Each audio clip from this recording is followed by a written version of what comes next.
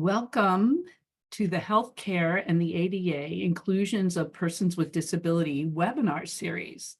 My name is Anne Deschamps from the Mid-Atlantic ADA Center, and here with me today is Jerry Davidson from the Pacific ADA Center. We will be your moderators for today's webinar. This is part of a series of webinars brought to you by the Pacific ADA Center on behalf of the ADA National Network. The ADA National Network is made up of 10 regional centers that are federally funded to provide training, technical assistance, and other information as needed on the Americans with Disabilities Act. You can reach your regional center by dialing 1-800-949-4232. Slide 2, please.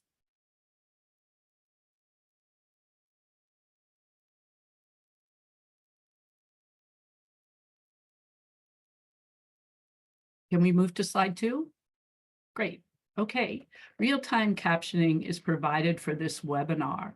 The caption screen can be accessed by choosing the closed caption icon in the meeting control toolbar.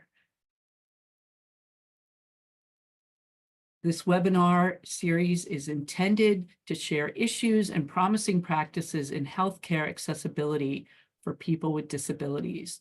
The series topics cover physical accessibility, effective communication, and reasonable modification of policies issues under the Americans with Disabilities Act of 1990, otherwise known as ADA. These webinars occur every other month on the fourth Thursday at 2:30 Eastern Time, 1:30 Central Time, 12:30 Mountain Time, and 11:30 Pacific Time. By being here, you are on the list to receive notices for future webinars in this series. The notices go out 4 weeks before the next webinar and open that webinar to registration. Slide 3. Okay. For submitting questions, you may type and submit questions in the chat area text box and press Alt-H, enter text in the chat area. If you're listening by phones and are not logged into the webinar, you may ask a question by emailing them to adatech@adapacific.org. That's adatech@adapacific.org. Next slide.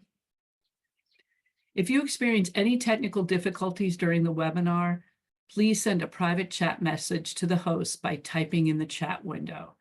Type your comment in the text box and enter keyboard Alt-H to access the chat box via keyboard keys, or email adatech@adapacific.org or call 510-831-6714. And this is voice and relay. Today, the ADA's National Network Learning Session is titled, Ask Your ADA and Healthcare Questions.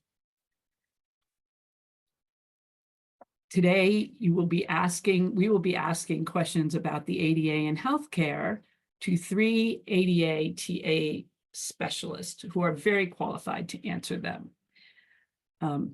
The questions are about sign language interpreters, transferring patients, service animals, and other questions that are important to you.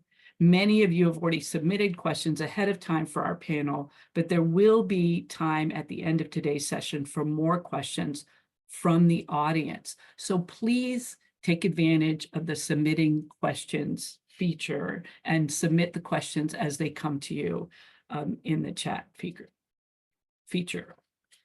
I'm very excited to present today's speakers, mine and Jerry's esteemed colleagues. Nancy Horton, she is the Associate Director of the Mid-Atlantic ADA Center, where she provides information and guidance to individuals with disabilities, employers, business operators, architects, and anybody else who calls. She also writes and edits a variety of articles and fact sheets on ADA and develops training materials for the center. Nancy has worked in the disability field for more than 35 years. Her experience includes conducting site accessibility surveys, architectural plan reviews, and trainings on accessible design, employment issues, and the effective communication requirements. Next, we have Maggie Sims. Maggie is the project manager for the Rocky Mountain ADA Center, specializing in outreach and providing information, technical guidance, and training on the Americans with Disabilities Act for the Rocky Mountain Center's 6-state region. Maggie joined the Rocky Mountain Center in 1992, wow, as an ADA information specialist with a deep interest in reducing communication barriers for those with hearing, speech, and visual losses. An expert on the ADA and effective communication processes and skilled in sign language, Maggie also provides guidance on technical assistance calls focused on helping the Rocky Mountain ADA Center region, which includes Colorado, Montana, North Dakota, South Dakota, Utah, and Wyoming.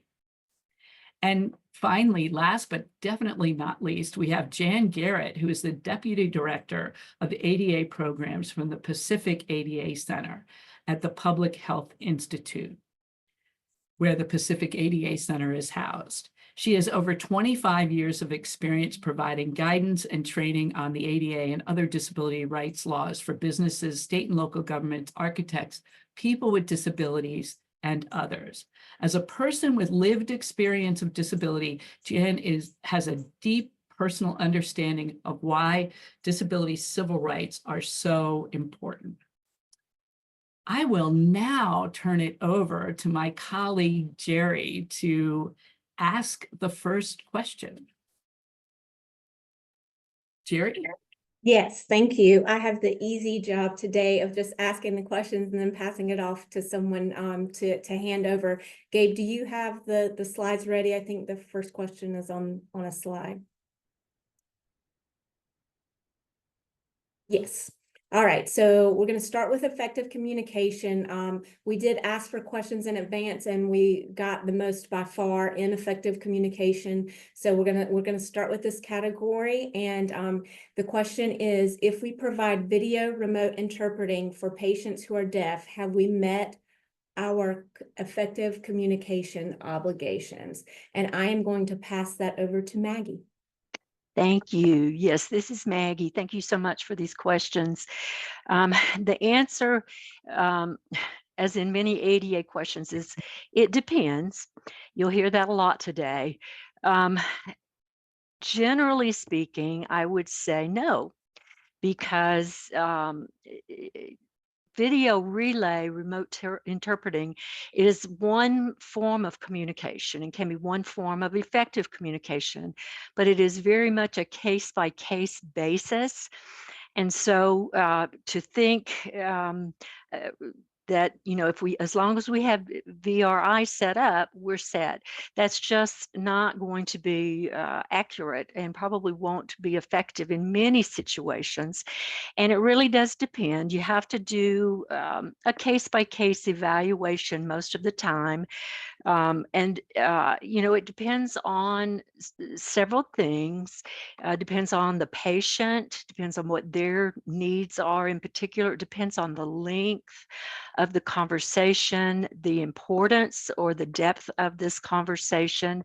There's just many things. And so you do need to pay attention, first of all, to what your patient or your customer requests. They may say, video remote interpreting, I prefer an on-site sign language interpreter. And you need to give a lot of thought to exactly what they're requesting. And so it depends. I wish there was always a black and white answer, but there really isn't. There's a great comment from the National Association of the Deaf that talks about why video relay interpreting is not always effective. And there can be a number of reasons for that. There can be, one person just may not be able to see the video. clearly. Maybe they have some visual issues as well. There's just a number of reasons that we would never say that that is the only type of communication that you would provide. So you want to be sure you're ready if someone does ask for an on-site interpreter. Thanks so much, Maggie. I appreciate that. Jan, do you have something to add to that? That was fantastic. Just briefly, that it may be difficult in some areas, particularly rural areas, to get an interpreter to a healthcare appointment or to a hospital quickly. So VRI, or video remote interpreting, could be used at least for the interim until the in-person interpreter can arrive. And I would say particularly like during labor and delivery and some other kinds of procedures that VRI is not going to work well.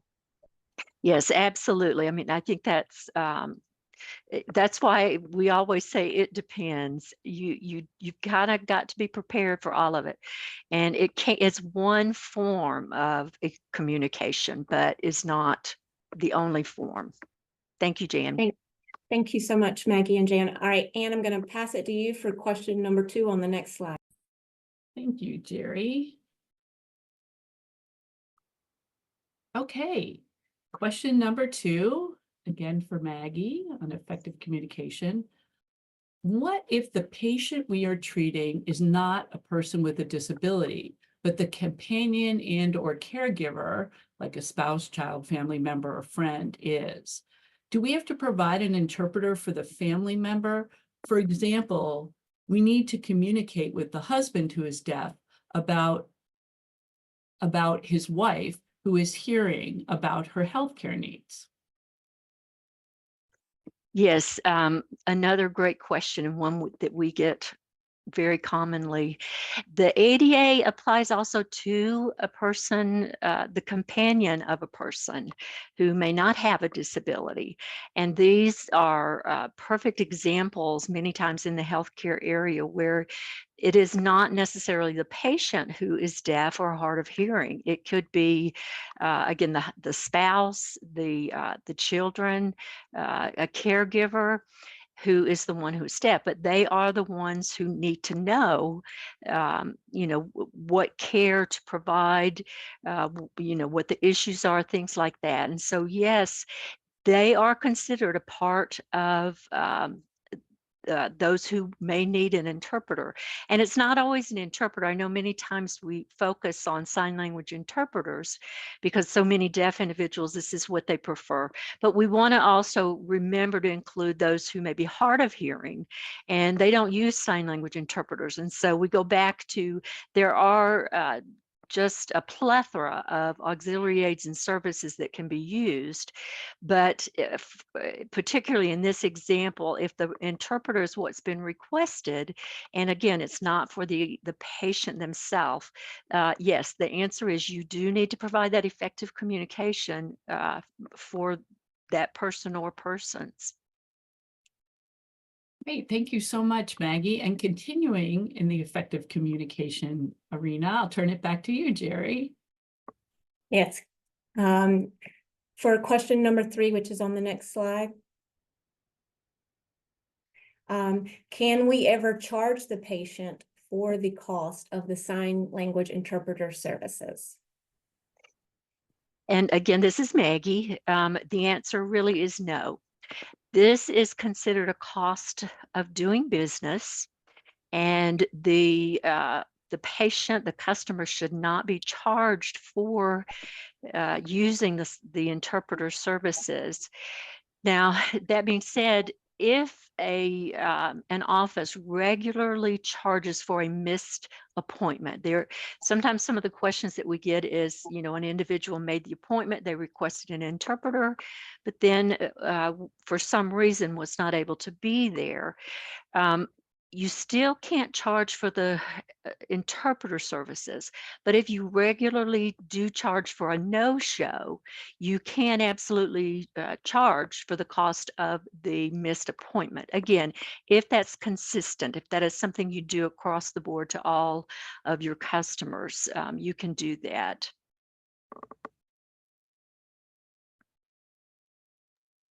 There's a follow-up question in the chat, so I'm gonna bring that up since it goes with this one. And it says, what about in instances where the cost of the interpreter is triple or 4 times the cost of the appointment?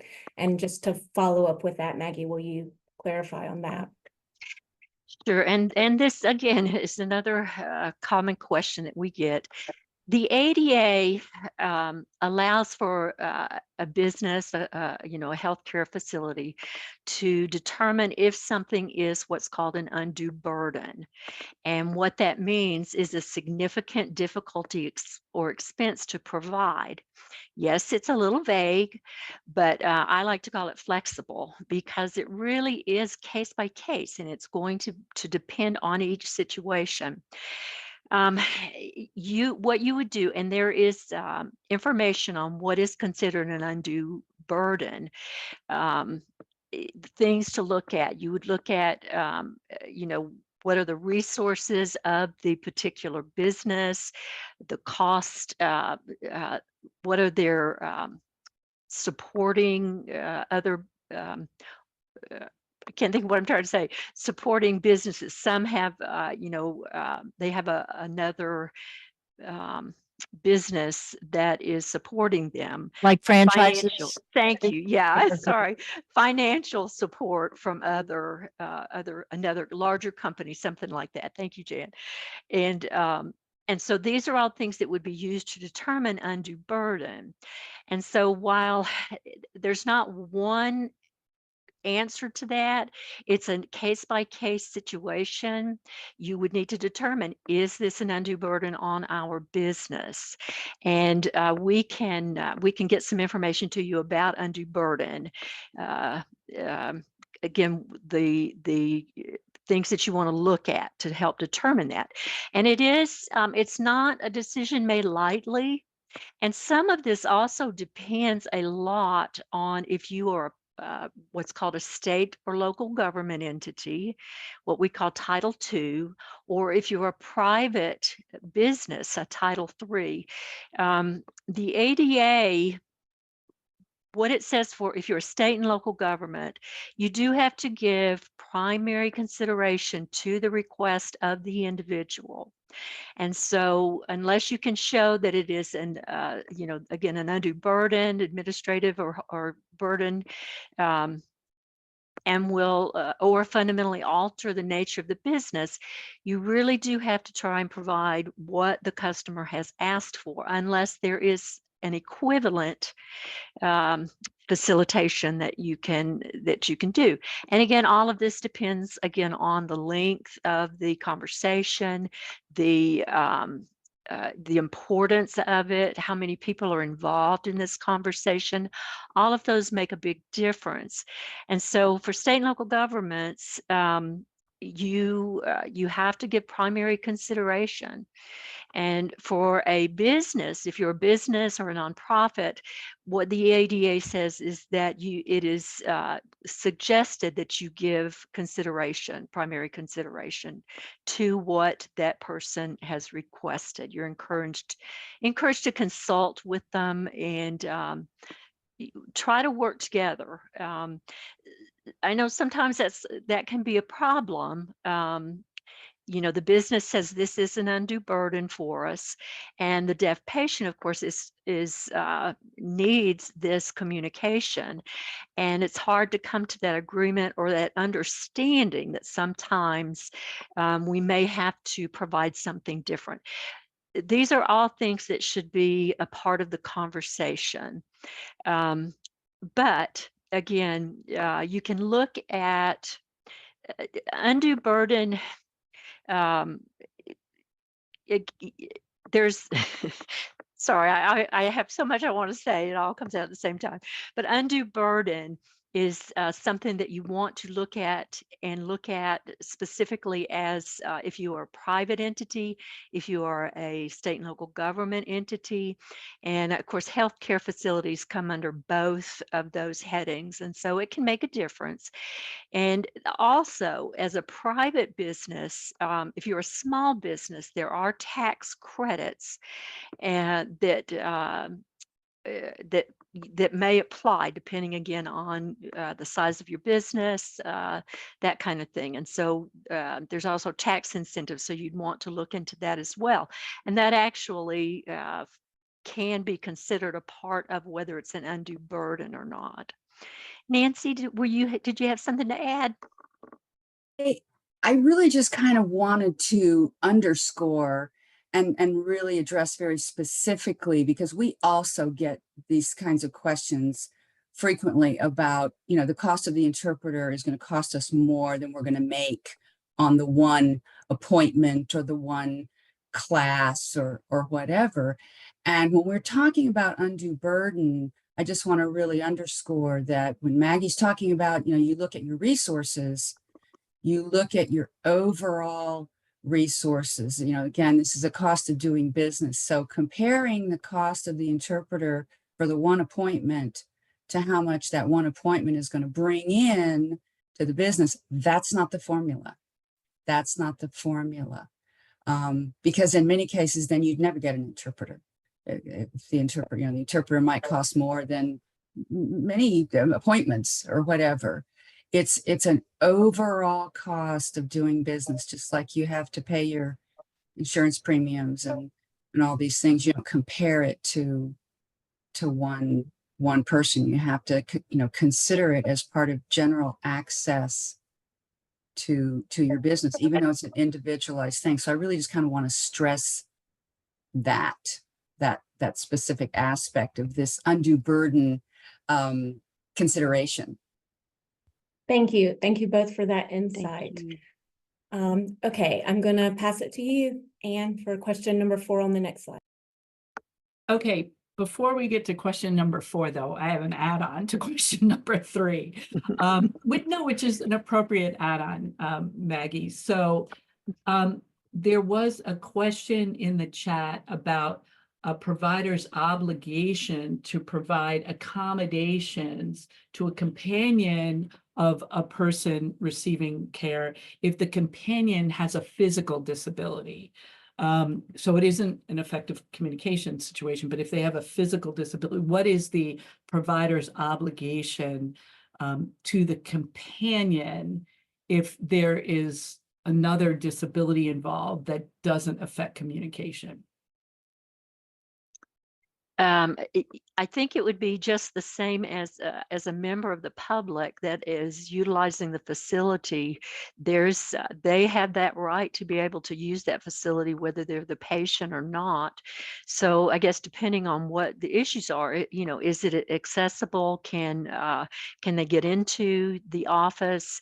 Can they, are there steps? Things like that. And maybe you've got a more specific question, but definitely they would have as much right to be able to access a building as their companion.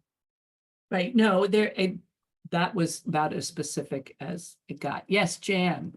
Just to quickly say that if like somebody, for example, somebody is giving birth and their husband who uses, or their partner who uses a wheelchair is excluded from the room, saying, oh, you can't be in here with that dirty wheelchair, we need to, we would have to sterilize it and all of that, you can't come in here. No, you need to make a reasonable modification of policy to allow that partner to be in the room with the person who is giving birth, so that there can be just sort of general non-discrimination requirements for somebody who uses a wheelchair as well.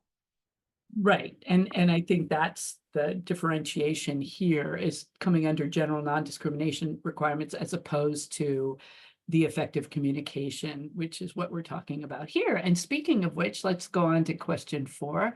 I have been paying for a dental work out of my pocket, and I noticed that they did not provide ASL interpreter for any of my appointment, even when I made a few requests.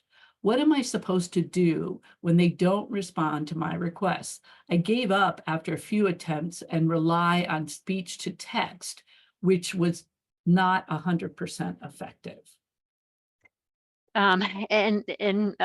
Again, we hear this a lot. You as the customer have the right to request effective communication, And the business, in this case, a dentist office, they should, of course, take this seriously. They should request information about what it is that you're looking for, you know, an ASL interpreter. And I'm assuming you said you've been paying for your dental work, so I'm assuming you're not talking about paying for the interpreter, but just for the dental work, which of course that would be your responsibility, but not the interpreter. The the ADA is what's called a civil rights law, and what that means is we do have to know, first of all, what our rights are, and then we have to insist upon them, so to speak. You should follow up and let them know, you know, I've requested this, I have not received it.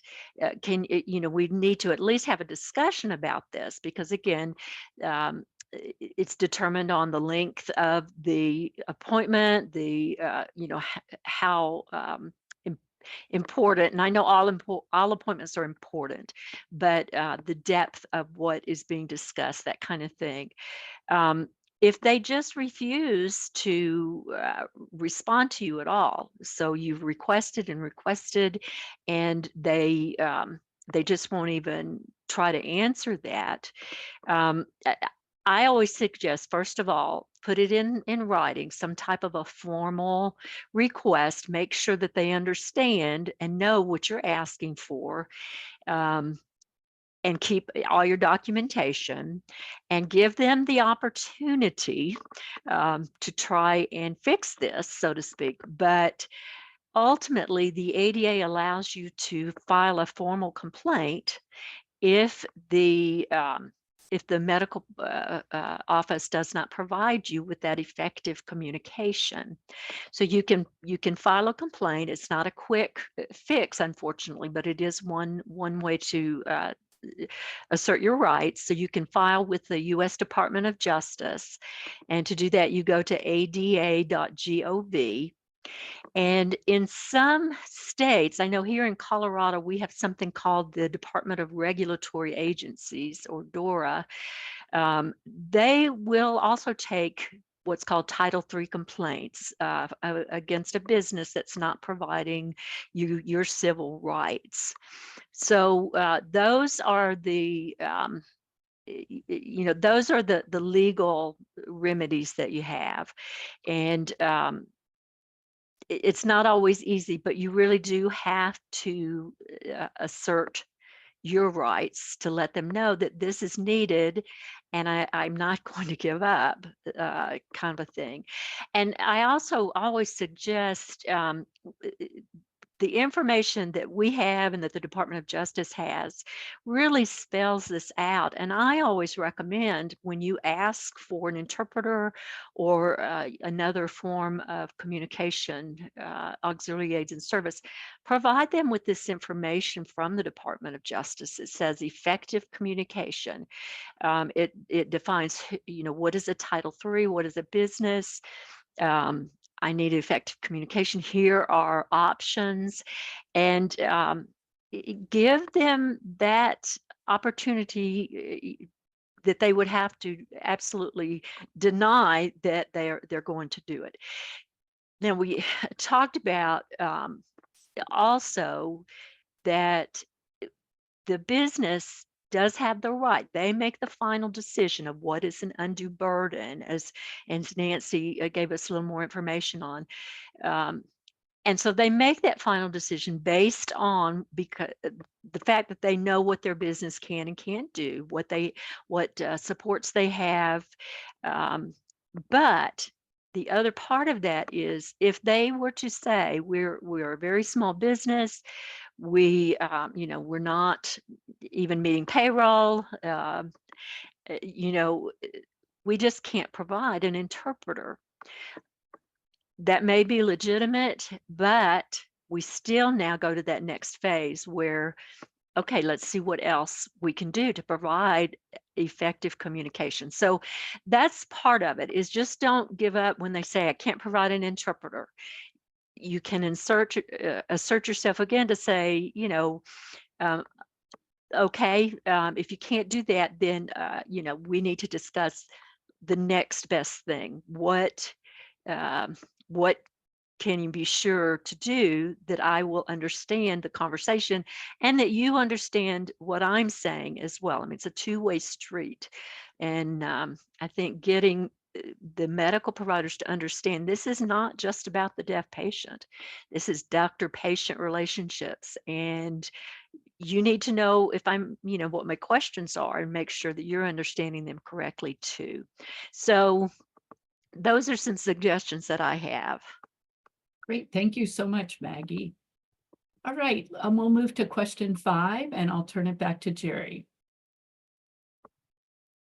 Thanks. So we don't have a question 5 on the slide.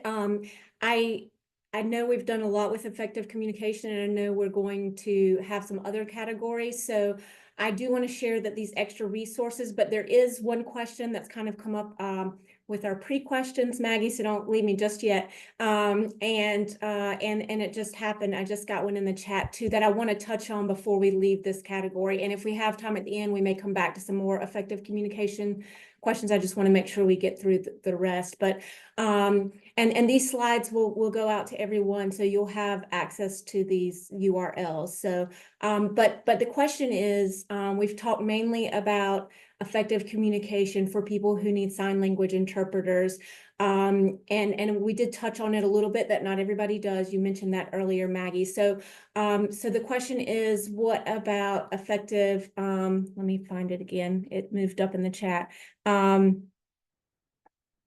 Okay, so we're talking about electronic and digital communication being effective, but also for people who may be hard of hearing and not need, or someone who doesn't use an ASL interpreter. So could you give us an idea of what effective communication might look like in other forms? Absolutely. And this is a very common as well. I know in the beginning of the ADA, the questions we got about effective communication were mostly about providing interpreters. And most businesses kind of came on board. They realized that we need to provide interpreters, and they became so excited about it providing interpreters that anyone who said, I have a hearing issue, they automatically wanted to assign them with an interpreter. And this is not effective in many, many situations. And so there are many other auxiliary aids and services. And this is something, again, another patient, doctor, medical person that the communication needs to take place. I raised a son who is deaf, and so and he did use sign language. That was his main level use of communication. And for me, I'm getting a little bit older, and I hate to admit that, but I'm getting a little older. My hearing is not as good as it was, and so I will never learn sign language. It's just not my first language. As many of those who are deaf, including my son, that's the first language, and so it's a different language from what I know as English. So for me, if I am hard of hearing, and there are many, there's a spectrum as well of hearing loss. And depending on when you lost your hearing, what your prelingual language learning was, there's just so many things that come into play that, again, sign language interpreting is not going to be effective for me, even though I know some sign language. And so I may ask for real-time captioning, which we have on our event today, and most all of our online events have captioning, and I use them regularly. That's one form of effective communication. Writing, with pen and pencil, this is another form of communication access. It's not always as effective for those who are deaf culturally, or deaf from an early age, because English is not their first language. And so these are the things that you've got to discuss with the individual patient, and look at what are some of the other types of auxiliary auxiliary aids and services. And those can be, computer access, it can be texting, it can be telework. I'm sorry, not telework, but telehealth. And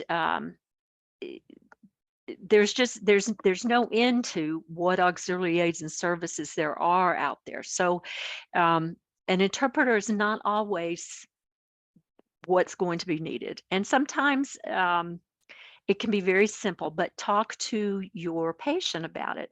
And again, it is our responsibility as the customer to let them know what we need. So that's my thoughts on that.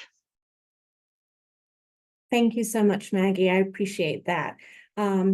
Okay, so we will move on to the next category, and Anne, I'm going to let you pick it up from here. Okay, lifting and transferring questions. Okay, and hello, Nancy.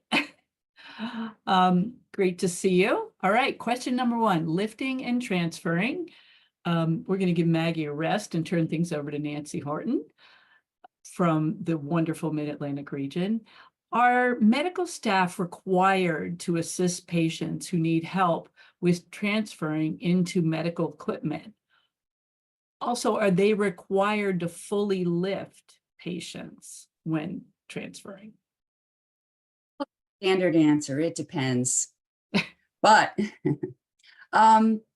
yes, likely. Again, there can be a lot of variety to situations and needs, but this is an area where covered entities generally need to be thinking about these issues and taking action to address these issues. Some folks in our audience today may be aware that the Department of Justice and the Department of Health and Human Services have recently implemented some new rules about accessible equipment, accessible medical diagnostic equipment like exam tables and chairs and things of this nature.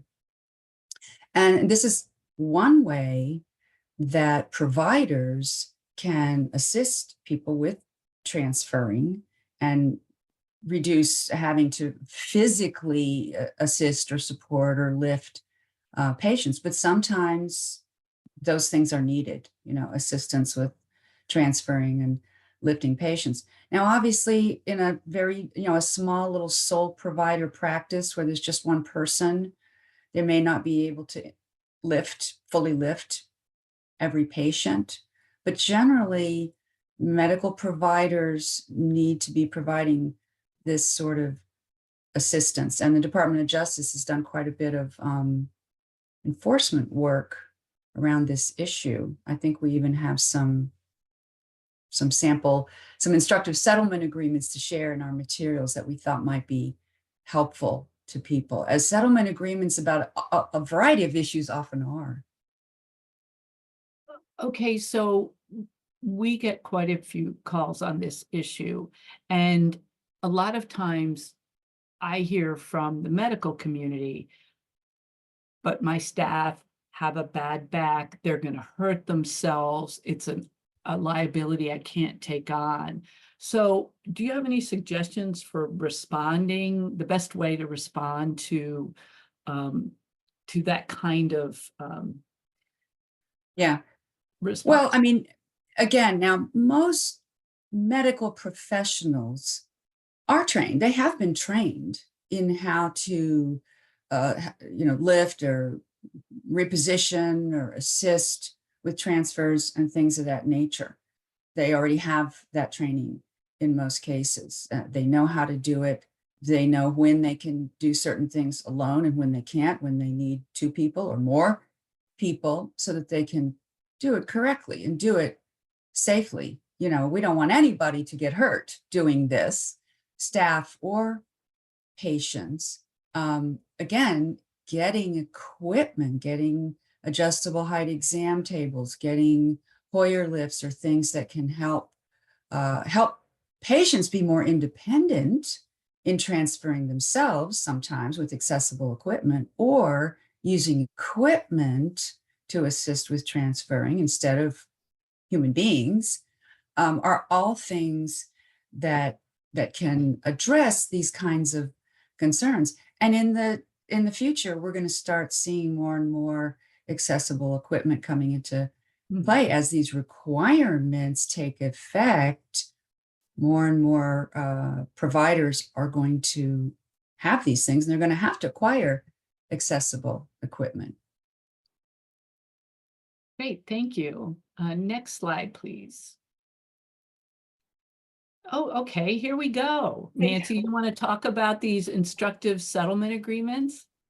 Yes, these are just some bullet points that I put together because there have been a number of settlement agreements that have addressed this specific issue. And some of the common elements that we see included in these agreements are, the providers are going to either obtain, use, learn how to use, and maintain, in good working order, accessible equipment, like adjustable height exam tables and chairs, wheelchair accessible scales, adjustable height radiologic equipment, portable floor or overhead track lifts, like Hoyer lifts that can, help with lifting, even using gurneys and stretchers sometimes, which many of them are adjustable already. They're just designed to be adjustable.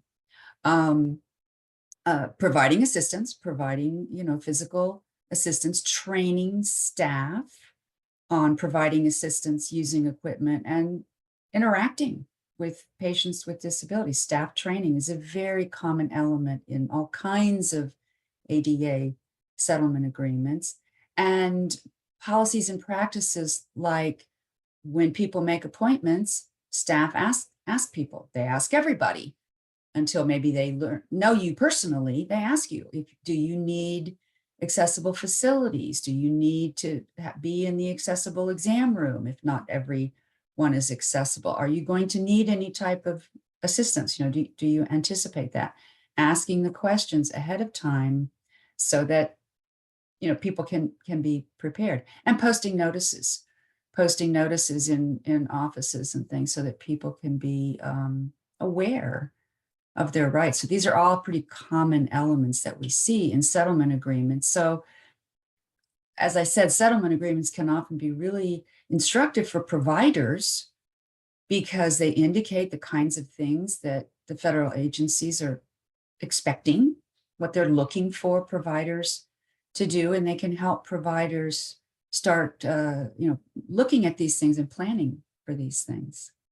Yes, and I think if we can go to the next slide, we have some settlement agreements listed that, yes, here are some examples.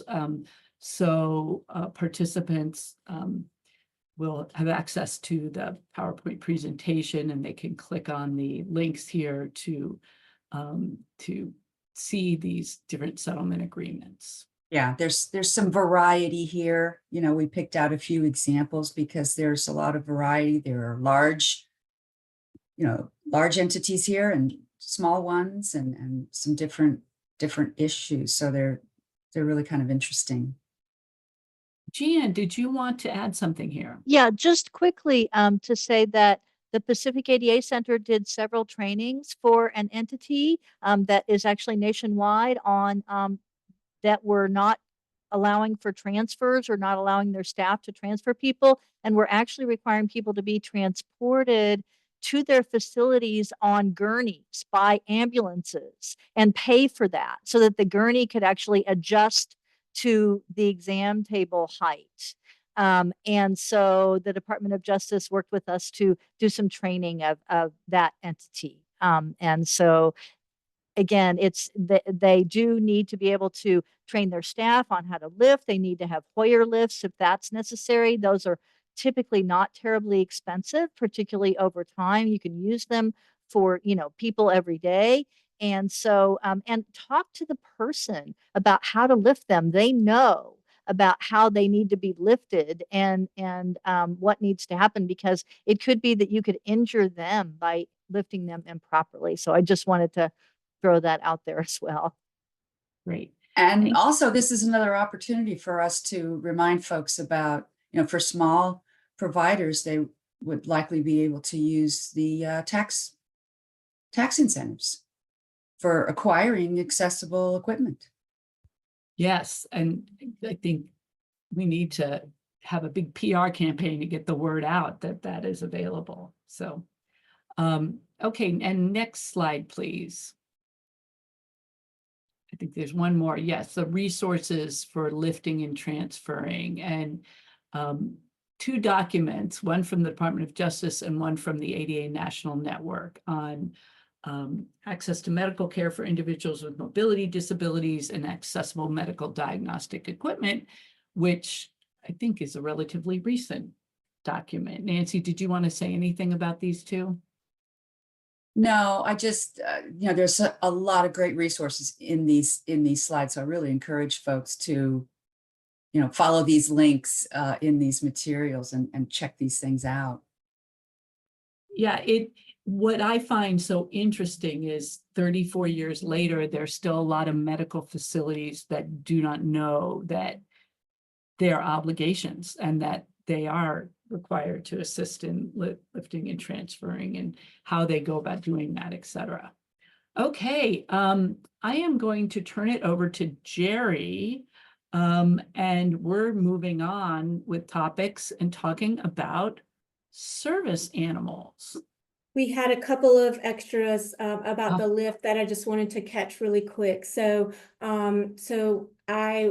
this one was for Jan, but I wanted you to touch on a little bit about the risk that may happen if medical offices aren't doing the transferring and the lifting and the full examination and I guess some of those experiences for wheelchair users.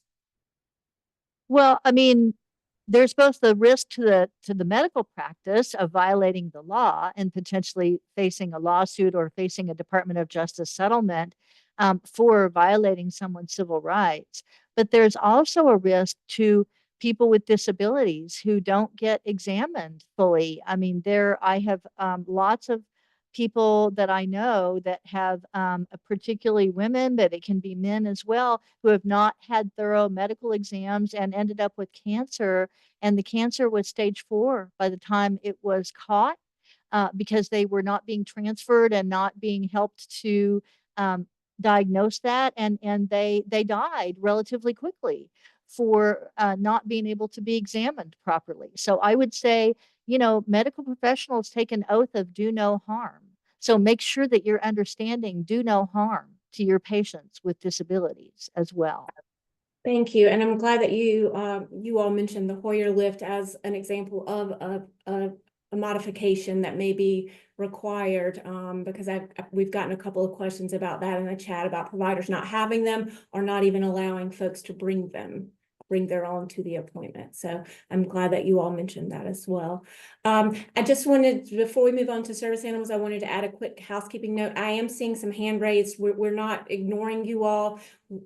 If you need to speak on camera and with your mic as an accommodation, we are here. We will allow that absolutely at the end of the slides. If you can put it in the chat and you don't need that accommodation, then that's where we're getting the questions from now. So I encourage you, if you're able to put it in the chat. But if not, and you do need to ask your question out loud on camera, then we will be coming to you during the question and answer portion. So I just wanted to let folks know.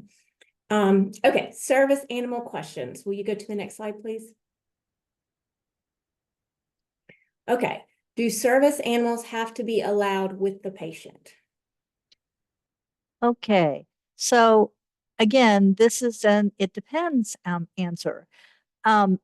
Service animals are generally allowed in public places, places that are open to the public that have a no pet policy. And service animals are allowed as a reasonable modification to that no pet policy in all kinds of public places, including doctors' offices, hospitals, dentist offices, etc. Almost always a service animal is going to be allowed to be with their handler in a healthcare situation. There are times when that may not be possible. One time could be if they're in an operating room, if they're having any kind of surgery. Typically, animals are not allowed in there because that is a sterile area, and the animal's fur or dander could cause it to be non-sterile. There may also be areas like in the intensive care unit or a burn unit where it's really, really important to maintain, cleanliness and sterilization. And in that case, the dog may not be allowed. And, another situation of if the person is not going to be able to care for the dog, to care for the service animal, to take it out to walk, to feed it, if they're going to be like in the hospital for a while. The handler should contact a friend or family member if they have that to be able to take the dog while they are in the hospital. But if there is no one to do that, then the hospital should have a policy of working with the local animal shelter to be able to come and get an animal for someone who has had to be admitted to the hospital who may not have been planning on that. Maybe they had an emergency and they have to be admitted. The animal shelter should be able to come and get the animal, make sure that it is tracked and put in an area where it is not going to be euthanized or adopted by someone, because it still is the handler's animal and they still should be able to get it back. So you need to be sure that you are tracking this animal, making sure it's not euthanized, making sure it's not adopted. And then if there is later somebody who could come and get the animal from the shelter and be able to care for it, that is something that could happen even while their handler is maybe still in care in the hospital. Thank you so much for that information. And if we go to the next slide, I think you will see that there are resources in there for service animals. And again, we will be emailing these slides out to all of the participants so that you have access to that. And I just saw a question pop up in the chat, Jan, about service animals. So I'm going to throw that one back to you while I still have you. And it's competing accommodation issues. So you've got a patient. The example that they gave is a patient who needs a service animal, but the nurse or provider has significant anxiety or a significant respiratory condition. Do you want to talk a little bit about that? Well, competing considerations around service animals can often come up in the workplace as well, where one employee may have severe allergies or a fear of dogs, and another employee needs to use their service dog at work.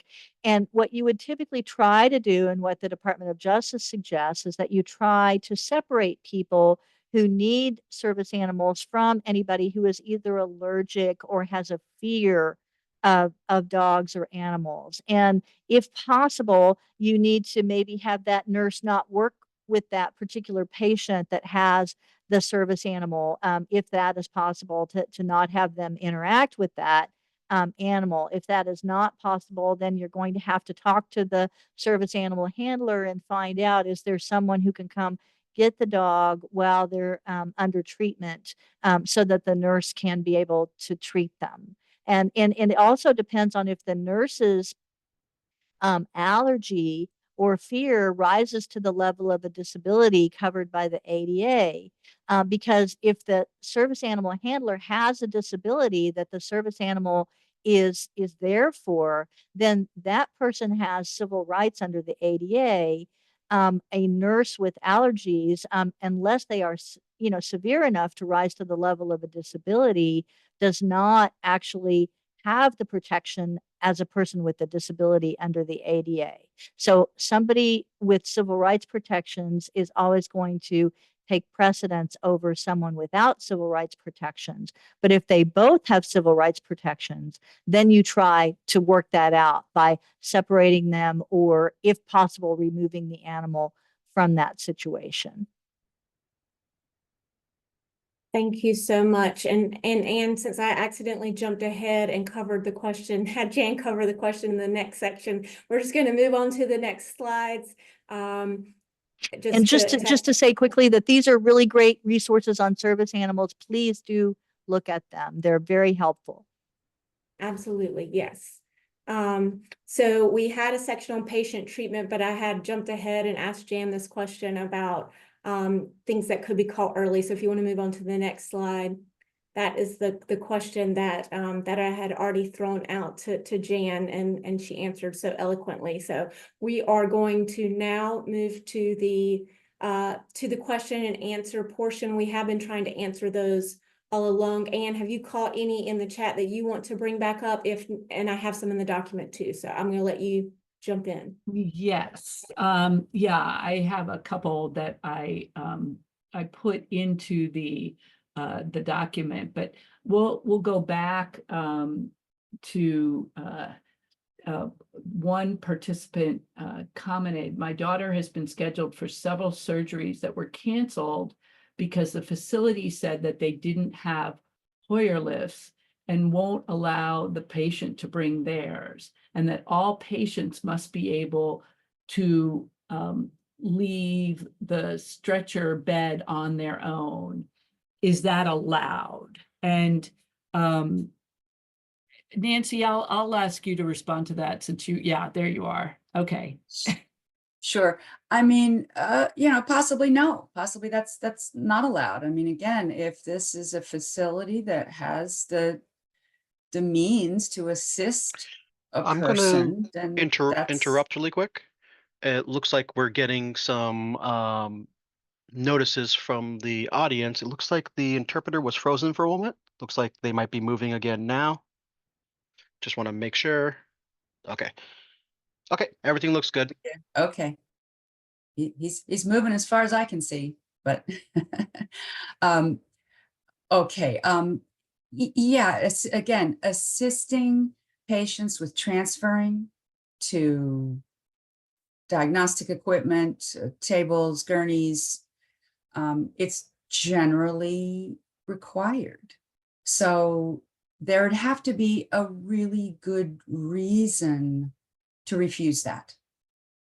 You know, there's only one person in the entire facility. I'm a sole practitioner. It's just me. I'm a little old lady doctor, and I can't lift, you know, a 250-pound patient all by myself. But I think in most situations, many situations, you know, that's not going to be the case. There are going to be options. There are going to be options for using equipment or simply providing physical assistance, and they should be doing that. So, Nancy, I guess my follow-up question from that would be, and Jan, you can respond to this as well. So what happens when the person, the mom, you know, has to reschedule the surgery and the hospital keeps saying the same thing? I'm going to interrupt one more time. I apologize. We're still getting some people saying that the interpreter's camera is hiccuping and freezing a little bit. If you want to disconnect and reconnect, if the other interpreter could fill in for just a moment, thank you.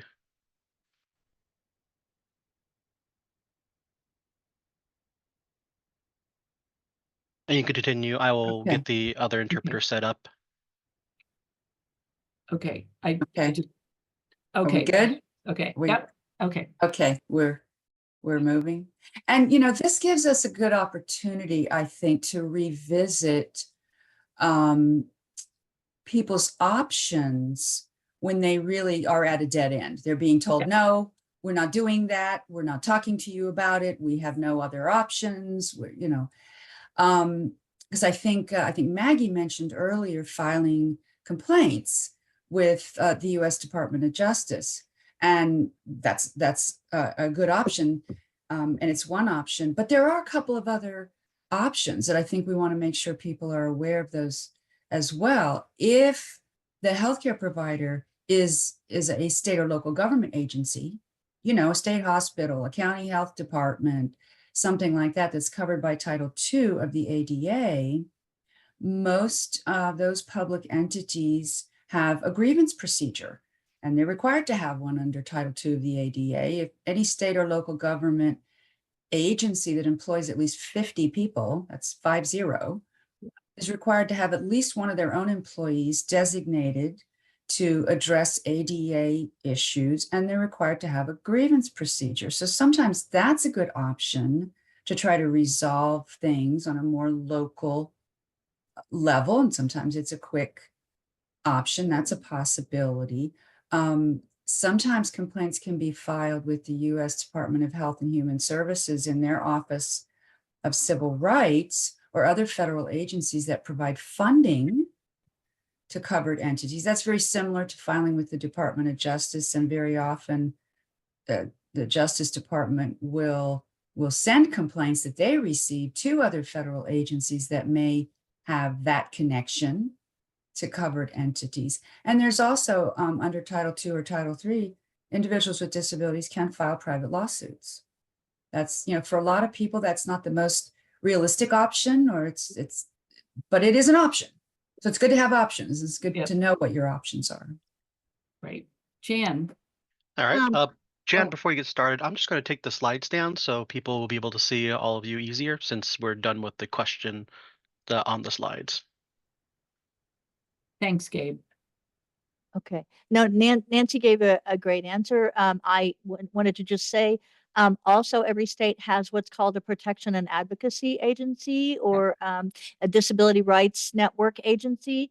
And you can maybe get them to do advocacy for you. They can also file lawsuits, as Nancy was talking about, but they may be able to advocate on your behalf to get something done quicker than actually filing a lawsuit. You also may be able to go to your local Center for Independent Living, and we have a list of centers for independent living across the country that we can send to people, and they often have advocates that can advocate for individuals with disabilities as well. And, certainly you have the right under the ADA and under, almost every state law that I know of, to file a lawsuit.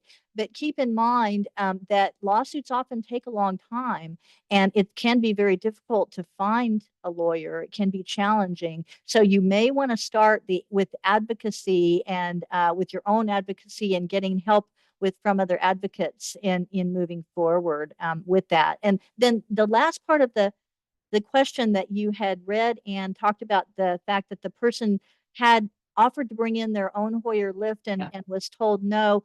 And, I think even if in Nancy's example, if you were a single sole practitioner, an older person who couldn't lift someone, it is a reasonable modification to allow someone to bring their Hoyer lift, as long as you can verify that it's a secure, that it's working properly, that the person's not going to fall, in your office, that it's in working order and all of that.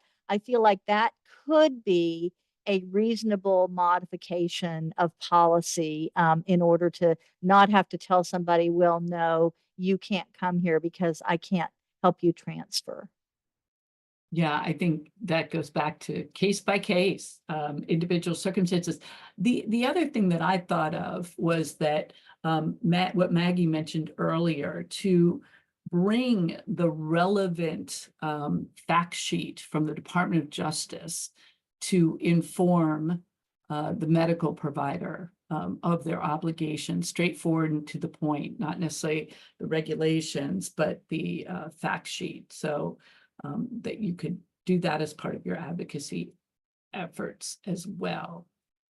Okay, Jerry, I'm going to turn it over to you to ask the next question.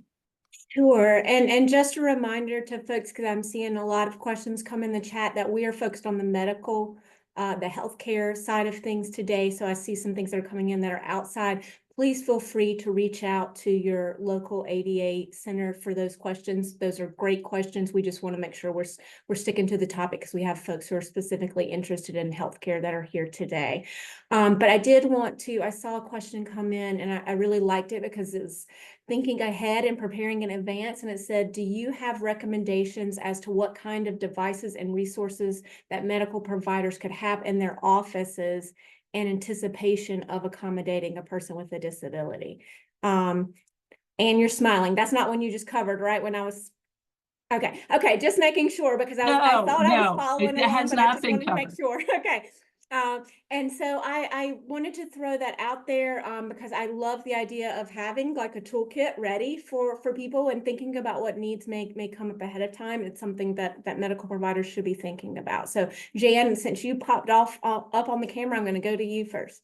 Yeah, I just feel like as a wheelchair user myself, I feel like that people should have exam tables that are adjustable, if at all possible.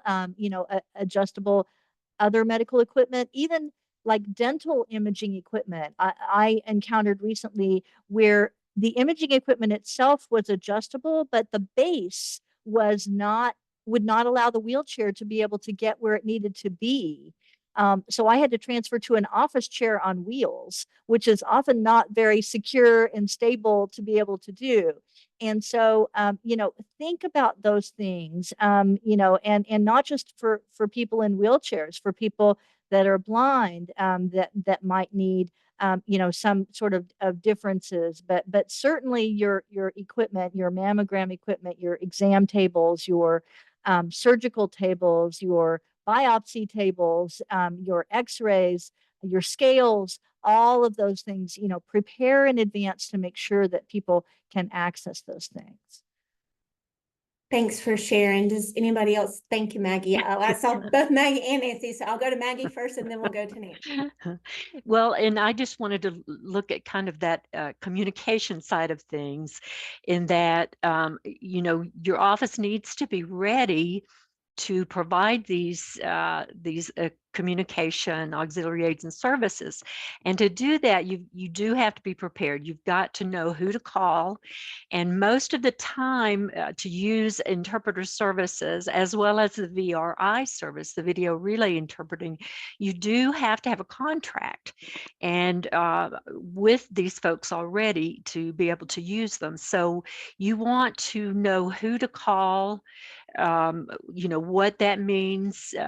What about if somebody were to ask you for large print, somebody with a vision loss and they need large print, or they need some help with filling out forms. And I saw one of the questions that we had, someone with vision issues, sometimes she needs larger print, and was asking, do these businesses have the responsibility to assist with filling out these forms? And yes, they do. They need to modify their policies sometimes to ensure that effective communication is happening. And so these are things that you want to think about ahead of time. You want to look at your policies. What do we do if somebody comes in and says, I cannot read this, and so I need somebody to read to me? What will we do? And be prepared that these are things that you will need to face. So I think it's good, know where, if somebody asks for Braille, where do we get Braille? And again, all of these are things to plan ahead, because it's difficult to get an interpreter, immediately, that you have to schedule a lot of these things. Same thing with some of the other types of auxiliary aids and services, hearing loops in an office. So these are the things that you should sit down. And I know sometimes you don't know what you don't know, but there are some checklists out there as well that can help you kind of look at what should we even be looking at. So so again, aside from the equipment, which is so important, it's also important to have your staff know, what do we do if somebody comes in and says, I need an interpreter? What do we do if somebody asks for help writing out the forms? So planning in advance, I think, is always a good idea. Absolutely. Thank you, Maggie. And Nancy, do you want to add to that? Well, yeah, I'll just piggyback on that, really, because I think, particularly in the area of auxiliary aids and services, there are a lot of things that providers can do to be proactive, especially for people who are hard of hearing, people who have vision disabilities. I think even a small office should have, a personal size assistive listening device with a couple of different options for accessories. So those one-on-one conversations, for a lot of people who are hard of hearing and have a variety of types and levels of hearing loss can really make a huge difference in those one-on-one conversations. And if you're a larger facility, if you've got, if you're a large hospital and you're having classes or lectures or things like that, you should have assistive listening systems in place in those facilities. And also, as Maggie mentioned, effective communication is not only about people with hearing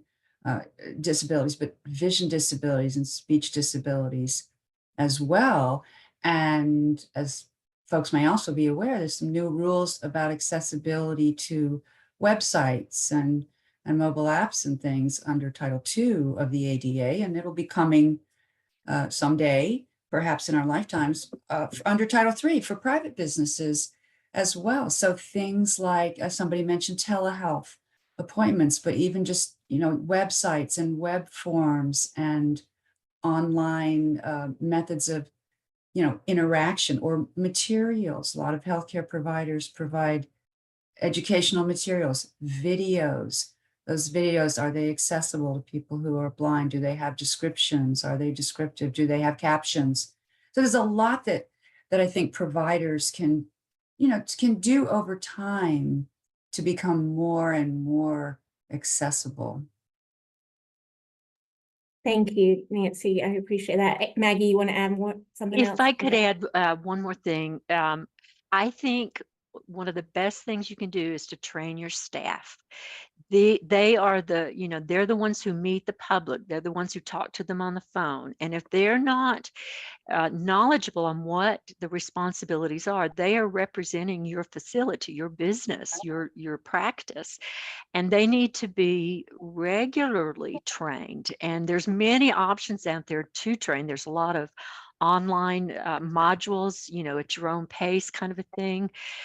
From all of our networks, we all have some type of disability training on the basics of ADA, but then also just how to interact with individuals with disabilities. Sometimes people are just nervous, and this can help allay some of those concerns.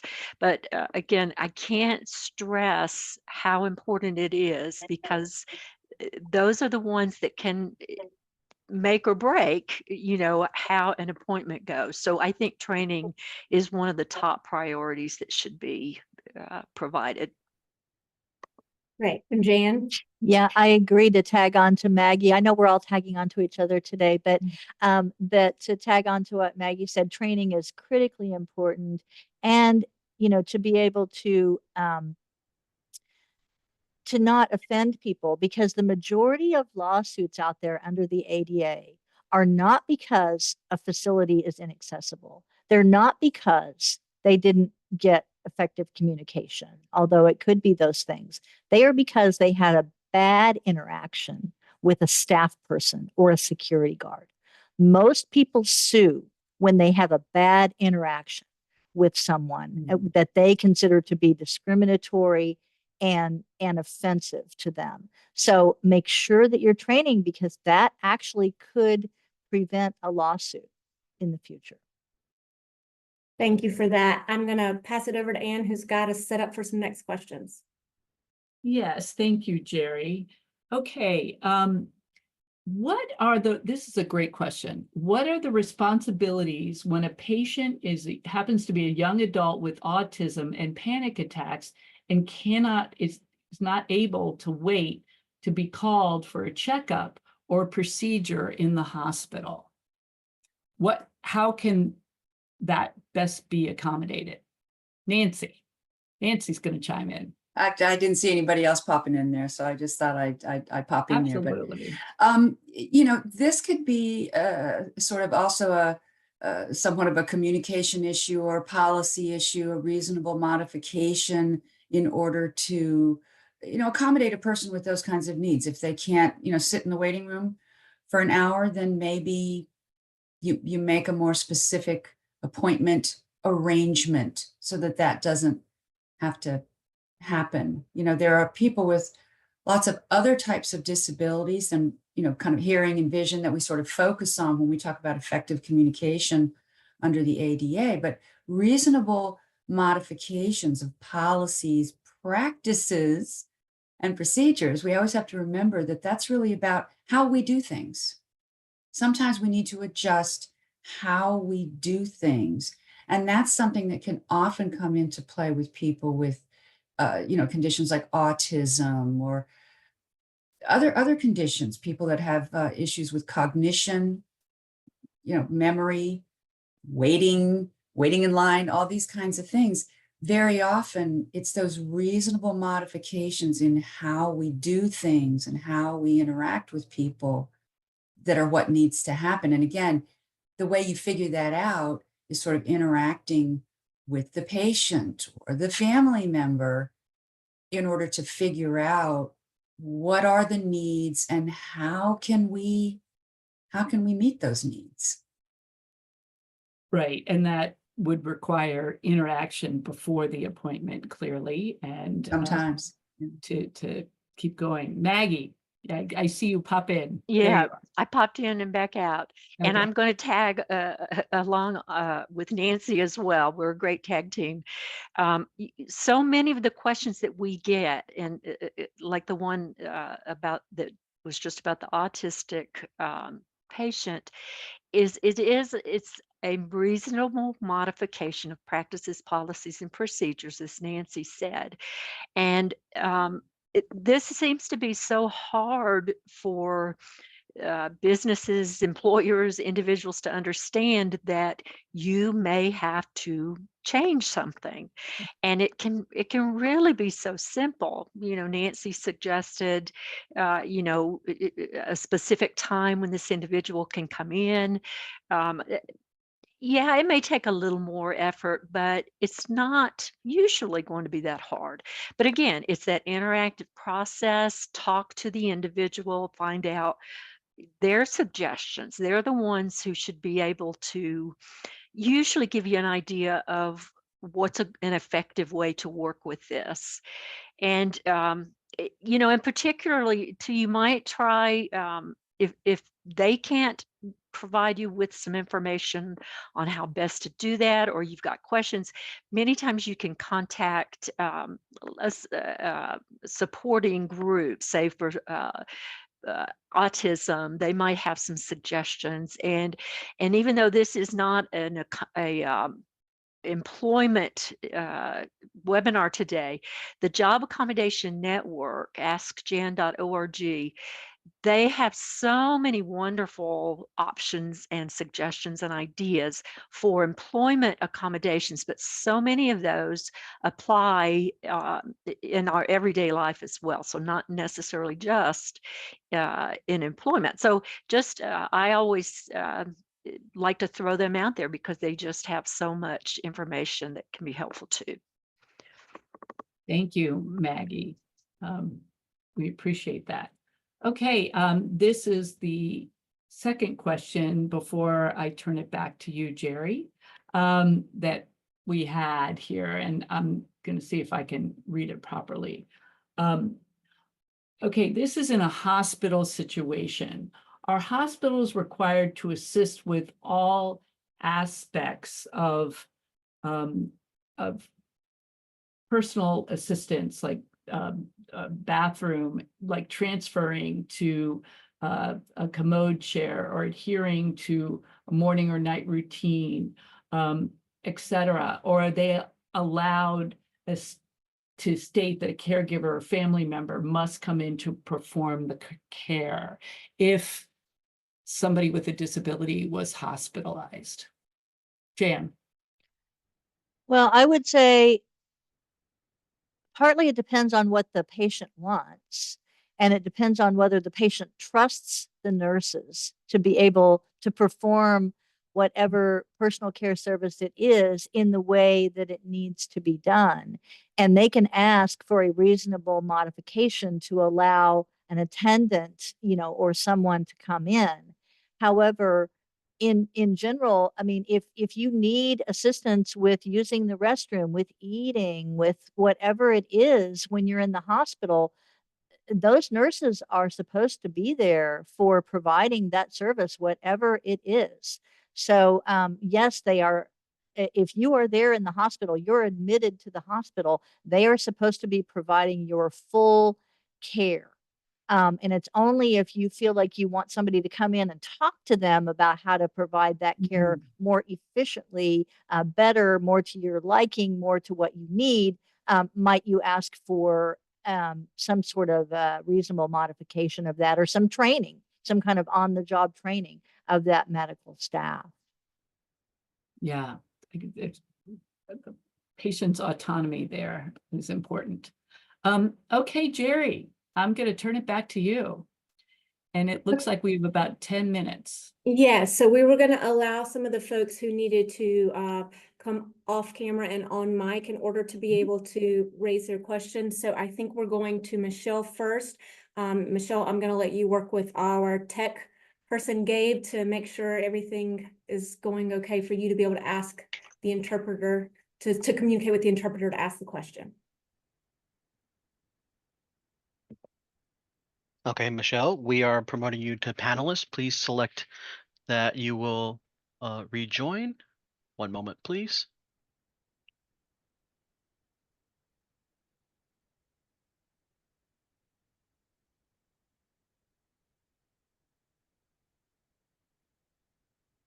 There you go, Michelle. One moment, please, before you get started. We are going to spotlight you.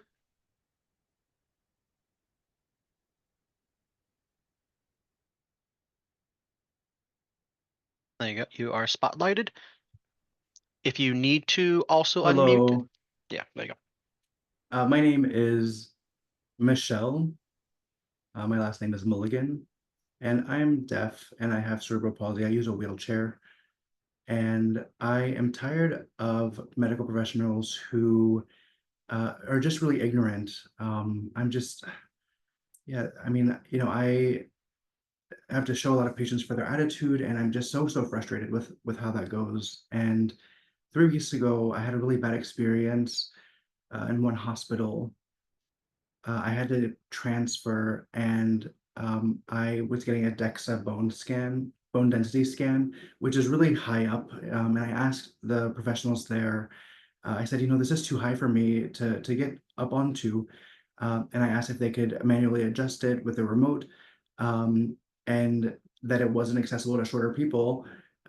And they said, well, we have to wait for people, you know, it might be an hour. We'd have to look for the person who can help lift me. And I said, I didn't want to be lifted. I want you to bring the table down lower so I can transfer myself. So, you know, I want to get this done. I have things to do. And so, you know, it's just set way too high. And the people there were just completely dumb. They were just dumb. They, you know, I just hate, it makes me hate people in the world, you know, just, you know, these people are adults and they should know something and they don't seem to know anything. So, you know, it's just the people in the medical world, you know, they went to college, they have all this knowledge, and it's like, then when it comes to disability, they have nothing, they don't know anything about anything. And so, you know, I had to wait for this other person to come and help me. Then it turned out that the person was out to lunch. And so they wanted, and, you know, I asked where the manager was. And, you know, obviously, you know, there was like, they said it was a big lunch. And so there would be some time, and that they would, like they wanted to call the super or something. So I don't know. It's just, you know, it's just common sense, you know, and, you know, I think that sometimes people just don't bring common sense to the table. You know, they're not invested in getting that knowledge. And it's like people just don't understand people who are disabled. And, you know, I filed a complaint because there's no reason for that. That's so inappropriate. Thank you for sharing your experience, Michelle. I as echoed earlier, training is the most important part of this, and making sure that medical providers know what they should do, and making sure they're prepared to accommodate. So thank you for that. I think, Gabe, we have some other folks who may need to come off of video. Let me see. Can you tell who has their hands raised? Wait, but one more thing. The training's not working, you know, because it's still, you know, I think if someone, you know, use the wheelchair and they could see that for themselves firsthand, but that might solve the problem. They might have to, you know, learn their lesson that way, but otherwise the training's not working. But thank you. Yeah, Yeah, thank you. it's just, And you know, just I'm a a tough reminder, cookie and we I deal with it, but Yes, and I know that there's probably a lot of people on this call who have frustrations with healthcare experiences. I'm sure I'm one of them. So I know that we want to keep this to questions though, so people can get information that they need. So if you have a question to ask the panel, then we want to make sure we get to this because we only have 6 more minutes. So if someone has a question, please make sure you raise your hand Okay, if you need all to right, come off sure. a video. Thank you. Thank you so much. All right, thank you. Michelle, thank Do you we- for speaking. We are going to drop you back down to a normal attendee. We have one that I know for sure it will need to be a video. I do know that David was originally having their hand up from the start. I don't know if they need to be on camera though. David, if you have a question and you need to be on camera, raise your hand. Well, they have their hand raised. Okay. I can try promoting them, or I can just allow them to talk. Let's see.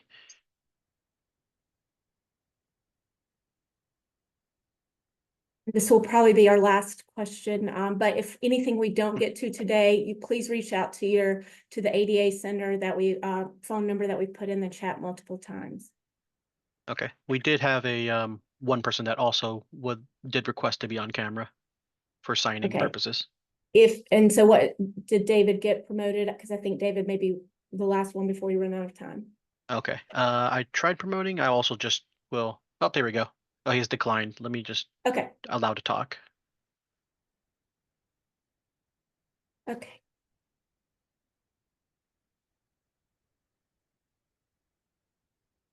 David, you can unmute your microphone if you need to.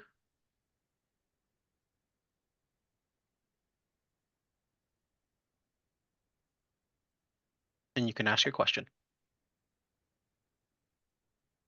Oh, guess not. Okay, then I guess we Okay. shall promote Joanna.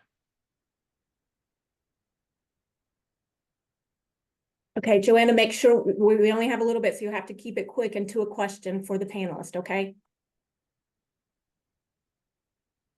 Okay, Joanna, you have been promoted. You can turn on your video and we will spotlight you. Joanna saying, okay, you can see me okay? I can speak for myself. Oh, okay. You know, I just think that a lot of the problem is when the staff in the hospitals and doctors are not training, who should be the responsible person that should be training the CEOs? It's the higher up in the medical field. They're the ones that need to be trained to be able to make sure that everybody is trained and being able to provide the services with people with disabilities. It shouldn't start from the higher up. Right, and I Not think from everybody agrees getting with low, that, it should Joanna. Do start you from the have a higher question up. for the panel, though? Do you have a question for the panel? Well, I have a question is, how would you guys go about training the higher ups to get that, you know, be able to train the higher ups? I mean, how would you guys go about doing that? I mean, who's Yeah. responsible for that training? And I think that goes back to, and any of the panel can jump in here, but I think that goes back to the fact that the ADA centers themselves can't mandate training. We can't enforce folks to take our trainings. I wish we could, but so it really does rely on complaints from folks like today Okay. who've expressed their negative experiences. And if they start to see patterns, then they will, then the Department of Justice and enforcement agencies can come in. But we need to wrap up. I'm so sorry, Joanna. We were running out of time and we need to have time to wrap up. So I'm going to pass it back over to Ann. Thank you. Thank you. Yes, first of all, thank you guys so much. I think all the time, every healthcare webinar, healthcare and ADA webinar I've been on has plenty of questions. So we appreciate it. And we encourage you to contact your ADA center to continue this discussion. So please contact your ADA center, 800-949-4232. You will receive an email with link to an online session evaluation. Please complete the evaluation for today's program. as we really value your input. We want to thank Maggie and Nancy and Jan, our speakers today, for sharing their time and knowledge with us. They are a wealth of knowledge. And thank you for attending today's session. And we hope you have a fabulous rest of your day. Thank you, Jerry. Thanks so much, everyone. Bye-bye.